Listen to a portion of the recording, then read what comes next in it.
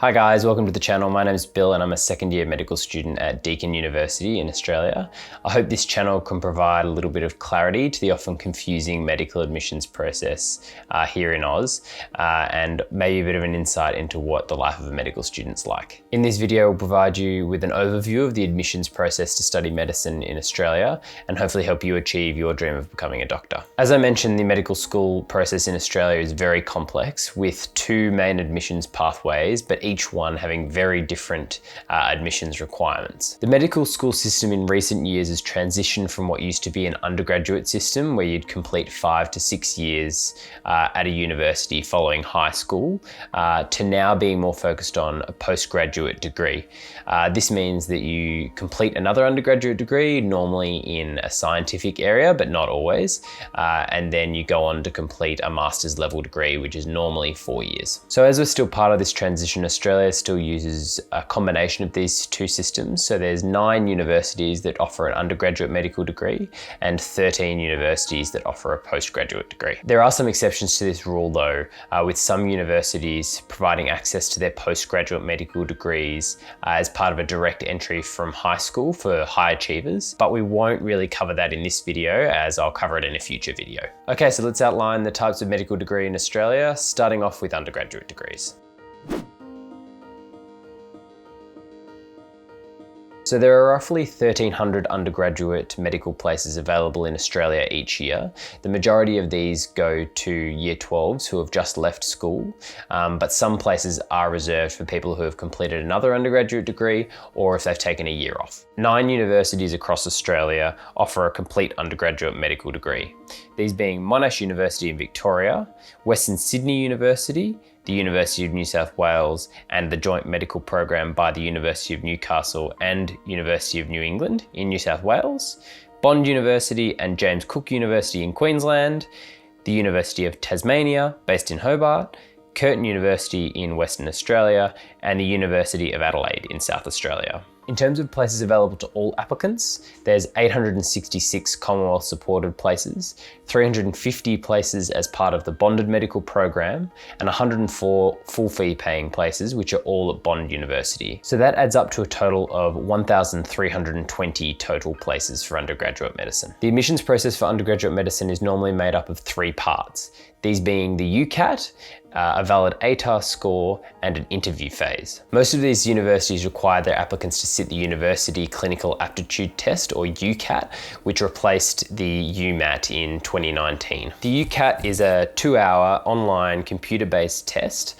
which assesses cognitive characteristics like verbal reasoning, decision-making, quantitative reasoning, abstract reasoning, and situational judgment. Scoring these university admissions tests like the UCAT are much more complicated than most other tests, with the organising committee scaling scores both within each question but also across the whole exam. In simple terms, each of the 4 cognitive sections are given as a score between 300 and 900, and these 4 scores are added together to give the applicant's total score. A score for the situational judgment section is also provided separately and is only sometimes used. In general, the scores that you need to have a reasonable shot at getting an interview, if you aren't eligible for particular sub-quotas, is to be in the top decile. So for the UCAT, that means a score of around about 2,800 for the 4 cognitive reasoning tests, or an average of 700 across the exam. Scores from this exam are then combined with each applicant's high school finishing score, or ATAR,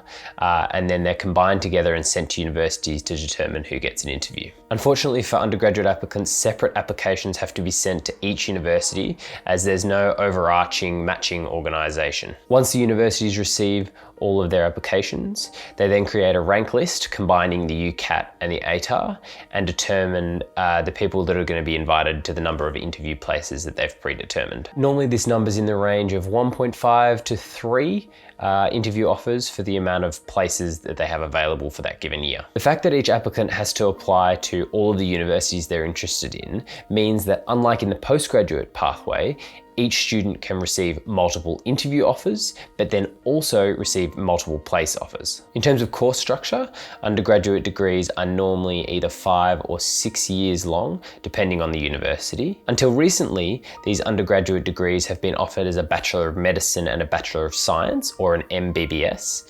But in recent years, almost all universities have swapped to a combined double degree program where you initially complete a 2-year Bachelor of Medical Science degree or something similar to that, and then you complete a master's level degree, which is normally conferred as a Doctor of Medicine or an MD. Courses normally involve 2 to 3 years of basic science training at the university campuses. So this normally involves classes in anatomy, physiology, biochemistry, and pharmacology. The final 3 years are normally spent on rotation in both medical and surgical specialties at the respective universities teaching hospitals, which can generally be anywhere around the state. So on to postgraduate medical degrees now.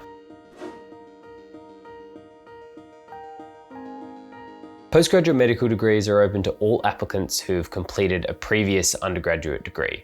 This is normally in a scientific field, but it isn't always, and it doesn't have to be. Compared to the 1,300 places available in undergraduate medicine, there are more places available in postgraduate medicine, and these are offered at 13 universities across all states and territories except for Tasmania. These universities are the University of Melbourne, Monash University, and Deakin University in Victoria, the University of Sydney, University of Notre Dame, Sydney, University of Wollongong and Macquarie University in New South Wales, Australian National University in Canberra, University of Queensland and Griffith University in Queensland, University of Western Australia and the University of Notre Dame Fremantle in WA, and Flinders University in South Australia. I've split the postgraduate medicine places into 2 groups. The first being those that are available to all applicants, and the second being those that are available to applicants within a specific sub-quota set by the university. In terms of places available to all applicants,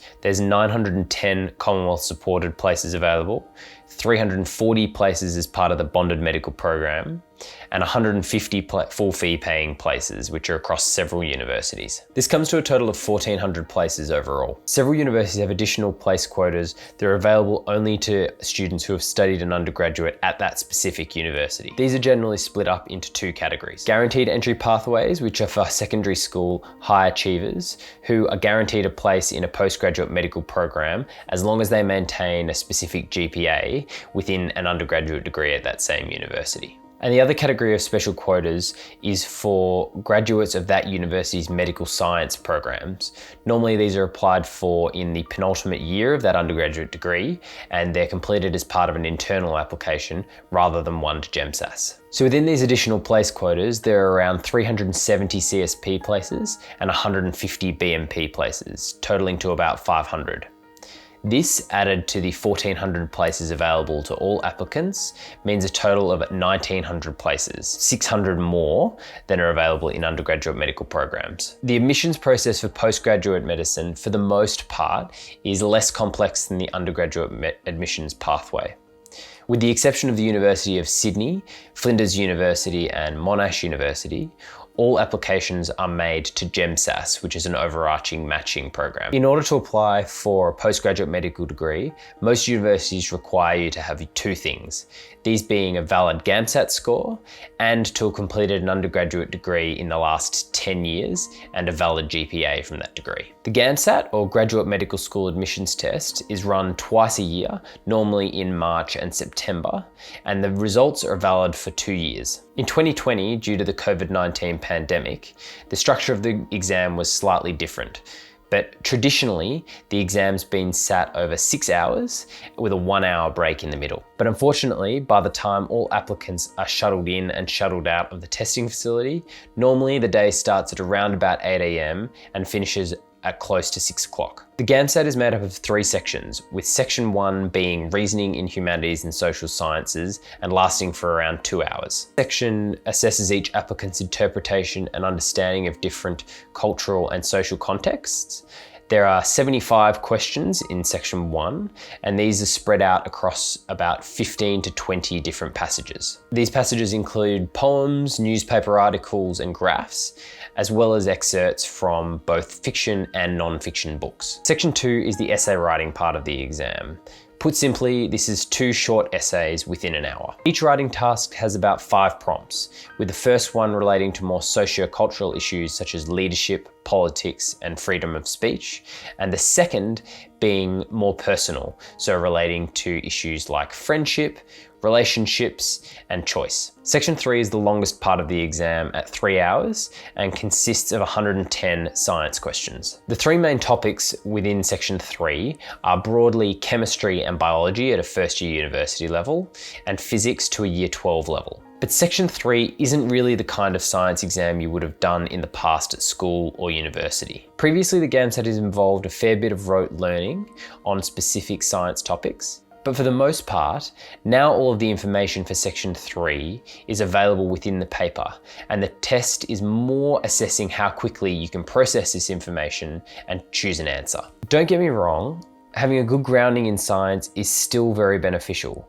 but your ability to process information quickly and accurately is becoming more and more important in Section 3. In addition to a valid GAMSAT and GPA, the University of Notre Dame and the University of Wollongong also require you to fill out an application portfolio, which you submit to GEMSAS along with your other scores. As part of your GEMSAS application, you submit a ranked list of your top 6 medical schools out of the 10 schools that are available as part of the GEMSAS consortium.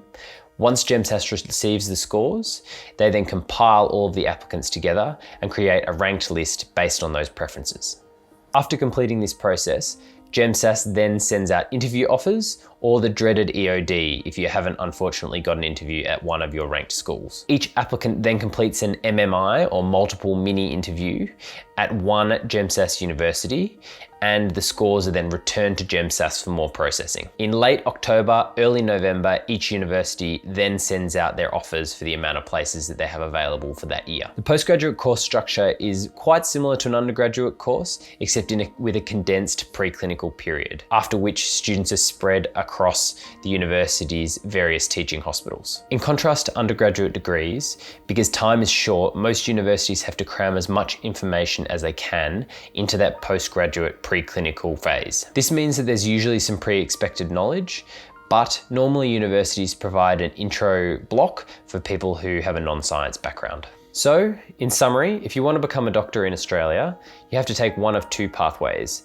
the undergraduate medical pathway or the slightly longer postgraduate medical pathway after completing another undergraduate medical degree. After completing medical school, you complete a single intern year, normally in the state in which you've graduated from, and then you're on your way to becoming a doctor. I hope this overview of the Australian medical school admissions process has cleared up what is an often complicated process.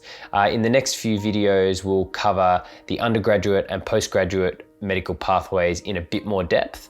So if that sounds of interest to you, I'd really appreciate it if you could like this video and subscribe to the channel for more med-related content. Catch you next time.